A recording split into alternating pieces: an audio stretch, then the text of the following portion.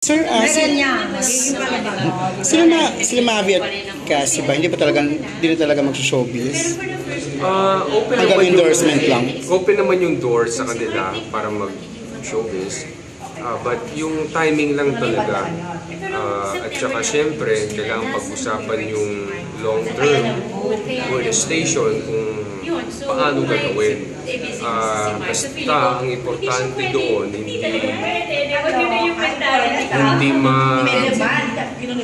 maaaning education nila. Hindi maapektuhan. Priority pa rin yung education.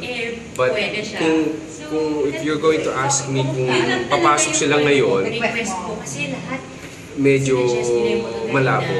Dahil for me, bata pa. 14 pa lang sila. And mahirap kasi ang pag-artista. Trabaho ng matatanda yun.